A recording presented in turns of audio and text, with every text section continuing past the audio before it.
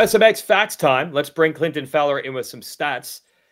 Well, we're here. We've entered the second half of the season, and there's starting to be some Jett Lawrence is taking control of the championship buzz, which is only surprising because he's a rookie, not because he's Jett. We kind of knew he'd be good. But let's compare this to some other rookie championships we've seen. What does the data show?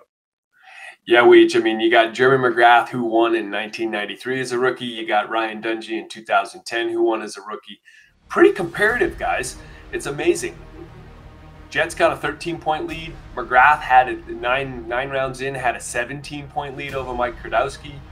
Dungey had a 20-point lead over Ryan Villopoto. So on the points perspective, pretty close. And JT, the other stuff, wins. Jett's got 4, MC had 5, Dungey had 3, so kind of the same. Podiums, McGrath and Dungey each had 6, and Jett's got 5. So like these guys, it's a pretty comparative season to 2 impressive rookie years with McGrath and Dungey. And it does seem, JT, like we're looking at a potential 3rd Premier Class rookie champion.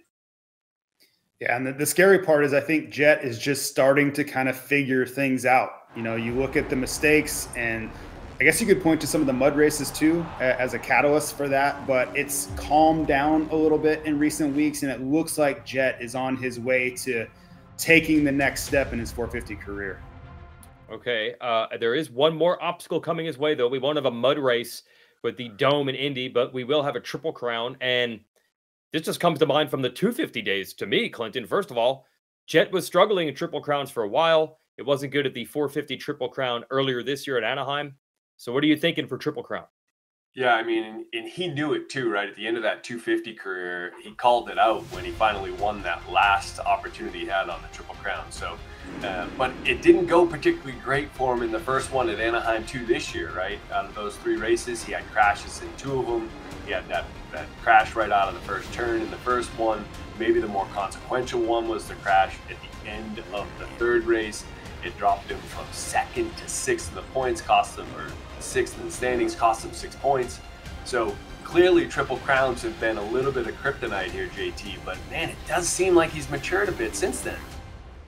Yeah, for me, it's all about the start and the first lap positioning. You look at every time he's gotten into trouble, it's been first turn crashes. The Arlington a couple of years ago in the Triple Crowns, he kept crashing on the first lap, even when he got good starts. So to me, whether it's a mental thing or a physical thing, if he can get a good start and get around the first lap without any sort of chaos, I think he's going to be just fine. And I think him finally getting over that hurdle last year was proof that he can do it.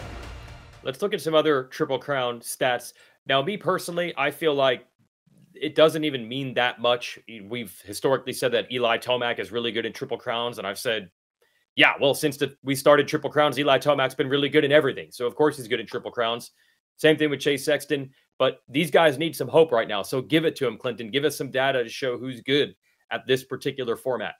Yeah, I mean, it's interesting. Most all of the title contenders, with the exception of Jett, have kind of a reason to believe from the stats perspective. Eli's raced every single one of them. He's won nearly half of them. He's won 7 of the 15. That's particularly impressive. Cooper Webb's won 4 of the 15 Triple Crowns we've ever done. He obviously won the Anaheim 2-1, didn't even win a single race and took that victory. So those guys have it. Chase Sexton was last year's Triple Crown champion.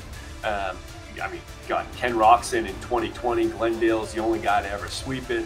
And even Jason Anderson, he's got a Triple Crown race win in 3 of the last 4 races. So I feel like every one of these guys going into Indianapolis has a reason to believe.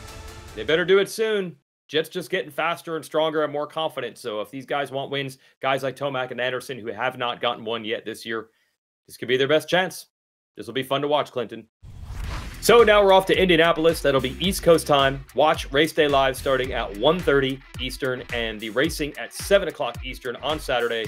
You can watch on Peacock or outside the United States on the SMX Video Pass. Hi folks, Lee Diffie from NBC Sports here. If you truly enjoyed what you just watched, you can get more news, interviews, and highlights by subscribing to the Motorsports on NBC YouTube page. You can get it all, so go for it.